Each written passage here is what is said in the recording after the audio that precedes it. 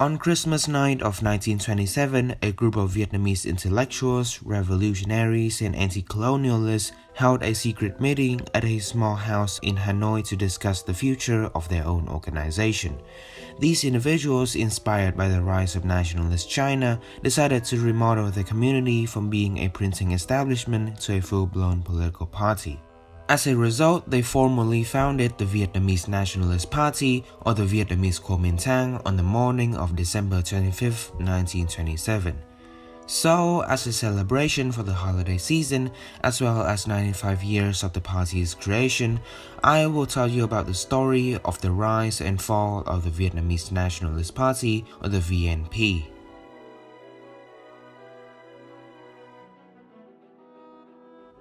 Throughout the early 20th century, in the midst of the French colonial era, there was a sense of desperation for independence amongst many Vietnamese.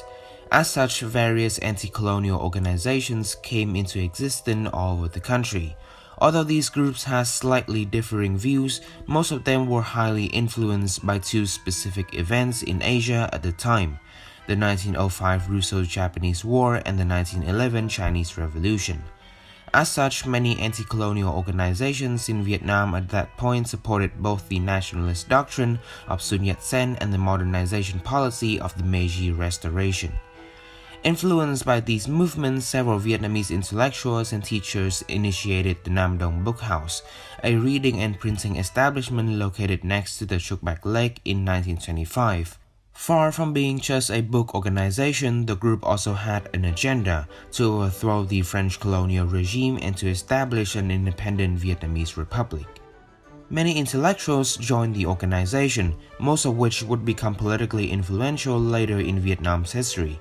And amongst these individuals, there was Nguyễn Thái Học, a highly respected member of the group, who would be voted to become the leader of the newly created VNP in December of 1927.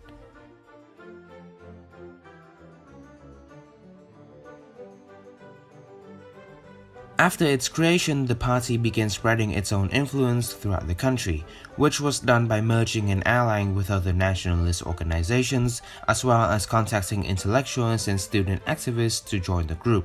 Soon enough, by 1929, the Vietnamese Nationalist Party became a prominent movement in the colony. Alfred François Bazon was a labor recruiter in colonial Hanoi throughout the 1920s, who was infamous for luring Vietnamese men to work on rubber plantations with poor conditions all over Indochina and other French colonies. Infuriated from this act of borderline slavery, members of the VNP began plotting an assassination. Thereby, on February 9th, during the Lunar New Year Eve of 1929, 3 members of the party shot the French colonialists, finally ending the life of this cruel individual. After being informed about the death of Bazon, the colonial authorities started cracking down upon the VNP, which would significantly weaken the organization. Additionally, the French sent spies into the movement to extract secret information from the revolutionaries. As the state of the Nationalist Party became more and more unstable, Nguyễn Thái Học decided to start the uprising that they had been planning for years. This was because although the movement had little chance of succeeding, they would eventually be killed or imprisoned if they didn't do anything, since the French already knew about their scheme. Ultimately, this would become the Yen Bai mutiny, a revolt in February of 1930 by VNP members and soldiers of the Indo-Chinese colonial forces, and it took place throughout northern and north-central Vietnam. But, as expected, the uprising failed miserably. The outdated weapons and strengths of the VNP's military wing could not outmatch those of the French colonial army, which was at the height of its empire. Therefore, by the end of February, the rebellion was brutally suppressed, and the leader of the revolution, Nguyễn Thái Học, was executed 4 months later.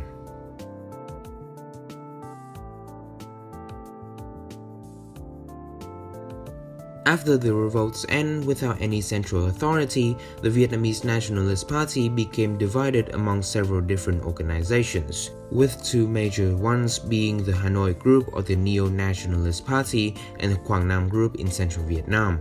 Moreover, to escape the scrutiny from the French colonial authority, many former revolutionaries took sanctuary in nationalist China, where there would be a separation between the Guangzhou and Yunnan groups. Because of this disunity in the movement, the government of the Republic of China encouraged unification between nationalist organizations. Thus, in 1932, the overseas office of the VNP was established in Nanjing, though there were still severe disagreements amongst the different factions of the movement. Additionally, just like the Kuomintang in China, the Vietnamese nationalist movement saw an ideological transition toward the right wing later on in its existence.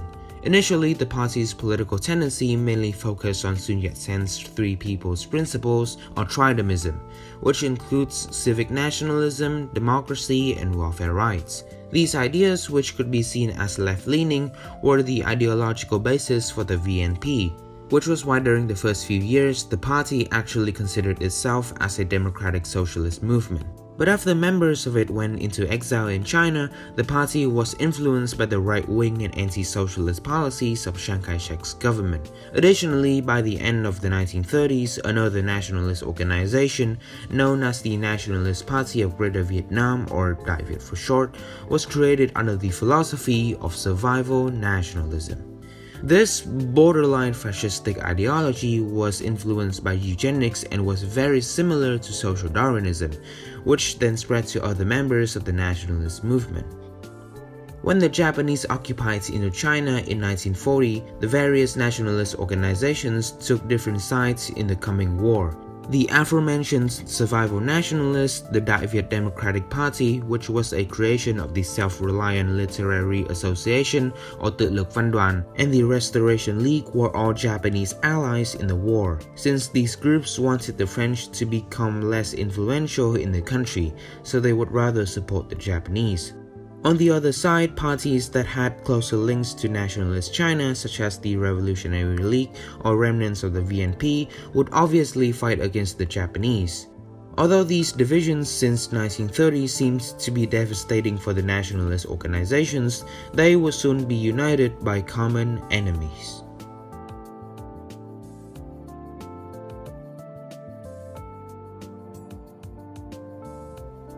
After the Japanese coup against France in March of 1945, different political organizations, both pro and anti-Japanese, became more active throughout the country. As such, many nationalist parties gained influence in the country, and some of them were now even allying with each other, such as the original VNP and the two Dai Viet parties. But in northern Vietnam at this time, the most powerful and well-respected political movement was still the Communist Party of Indochina, since they helped the northern civilians by giving them rice during the famine caused by the Japanese. This was why in August of 1945, after Japan surrendered to the Allies, the Communist Viet Minh was the first to revolt against the puppet government, finally creating a new republic on September 2nd. Before the end of the war, during the Potsdam Conference, the Allied powers decided that Japanese forces in northern Vietnam would be neutralized by Chiang Kai-shek's government. As such, after the Communist Revolution in August, ROC forces began moving south while supporting various Vietnamese nationalist organizations, including the VNP, to contaminate the Viet Minh's influence over the country. To negotiate with the Chinese, the Viet Minh had to establish a loose alliance with the Vietnamese nationalists by allowing them to be in the provisional government of the new republic. During this period, the VNP and other nationalist parties were in a unique position. They were one of the most vocal voices against the French colonialists who were trying to reconquer the country through the south. But at the same time, they also heavily disliked the communists and wished to overthrow the Viet Minh.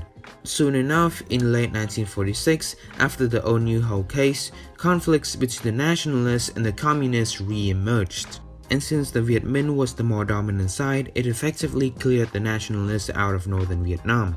Because of this event, although the nationalists might have some disaffection toward the French, they still allied with the colonialists as an act of pragmatism.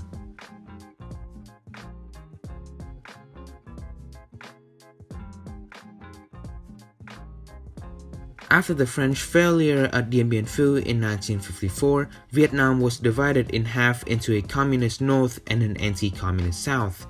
As such, all nationalist organizations relocated to the south, where they would be politically active. But in 1955, Ngô Đình Diệm, a bureaucrat of the South Vietnamese government, began seizing political power through the means of violence. Thus, many religious and political forces such as Hoa Hào, Cao Đài, Bình Xuyên, Đại Việt, and the VNP were imprisoned or hunted down by Ngô's army. For the Nationalists, this would result in the weakening of their own movements throughout the late 50s and early 60s. The Vietnamese Nationalist Party saw a bit of revitalization after the 1963 South Vietnamese coup, when Ngô Đình Diệm was overthrown by his own military. This re-emergence reached its peak in 1964-65, when the alliance between the Đại Việt and the VNP became politically involved in the military junta of the 1960s. But even in this period, the party was still highly divided, especially between VNP groups in central Vietnam, the Mekong River Delta, and the city of Saigon. Additionally, the nationalist climax for political power was extremely short-lived, since just 3 years later in 1967, in the Congress of the newly created Second Republic, only a tiny fraction of the Congress was occupied by both Đại Việt and VNP. Thus, they had to join the political alliance of Nguyễn Văn Thiệu, who would become the president of the Republic of Vietnam until 1975, when the Saigon government came to an end, and as a result, effectively abolished the Vietnamese Nationalist Party in this country. So, this video was made in like 2 days or so, thus the quality of it could be worse than my other content. But because I wanted to make something for the holiday seasons, so I speedrun making this video. So I hope you enjoy it and Happy Christmas.